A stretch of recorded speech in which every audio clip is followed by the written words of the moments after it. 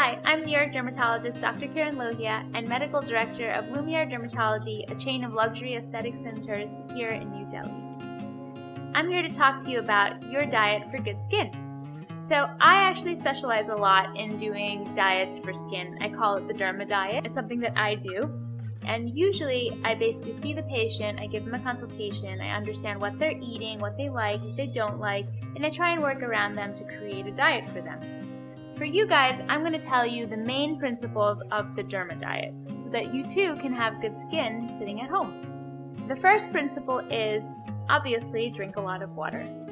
Water, fluids, I cannot stress enough, hydration is so important. And I'm sure you've heard that a million times, but I'm going to say it again because it's really, really good for you. It will help hydrate you and it'll give you better skin. The second thing is avoid dairy.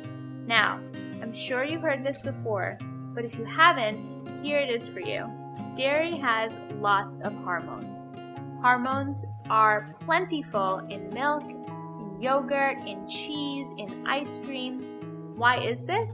That's because cows naturally have hormones that transmit through their milk when they're giving it to their calves. That milk comes to you and you drink it and you get more hormones. The second reason is, in order for cows to produce more milk, most cow farms inject those cows with lots of hormones. Those hormones help increase their mammary glands, which produce them more milk. So why should you drink all of those hormones? All those hormones are just going to make your skin worse, going to make you more inflamed, going to make you more sensitive, and give you things like acne, which you don't want. So cutting out dairy is probably the best thing for you. For those of you that are worried about having less calcium, there's tons of options that can give you the calcium you need without having to drink milk. You can have lots of spinach, you can have other leafy green vegetables, which actually have a lot more calcium than dairy. So you're not really losing anything when you cut out dairy. The next thing I'm going to tell you is gluten. Now I know that everyone is talking about gluten-free, but I don't think you know why. Gluten actually can affect lots of people in different ways. A few percentage of people have something called celiac disease where they're actually allergic to gluten. That means that if they have gluten, their intestines swell and they can have a whole slew of symptoms and complaints that can really damage their bodies.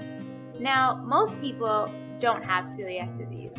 The other segment of people can have something called gluten sensitivity, where if you eat gluten, you actually may feel more bloated, you may feel more tired, you may feel weak. There's a whole range of symptoms you can feel if you're gluten sensitive. I believe that by cutting out gluten, you can reduce a lot of inflammation in the body because a lot of people have this gluten sensitivity and they don't even know it. So by cutting out gluten, things like wheat, things like oats, things like barley and rye, you actually clean out the system because that inflammation is gone. The other thing that reducing gluten does is get rid of a lot of white things. So that means wheat. Wheat can be processed into maida. If I get rid of maida, that means that you're not eating something that's going to raise your blood sugar and trigger a hormonal cascade. So that's great for you, right? That maida, getting rid of it, can only improve your skin.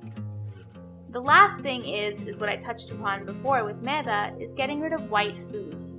That means white sugar, that means white rice, and sometimes even potatoes, which I know can be really tough. White sugar, white rice, all of these things, and maida, of course, can raise your blood sugar, as I talked about. By raising your blood sugar, you actually get a whole range of symptoms, including worsening stress hormones in the body. Stress hormones cause dullness, cause sensitivity, can cause pigmentation, and mostly can cause acne. In fact, there's so much data out there that talks about how foods that have high glycemic index, meaning that they have a huge spike in their blood sugar, can cause problems like acne. So really, dermatologists around the world are working on removing those from the foods of their patients, and I'm the same. I'm nothing different.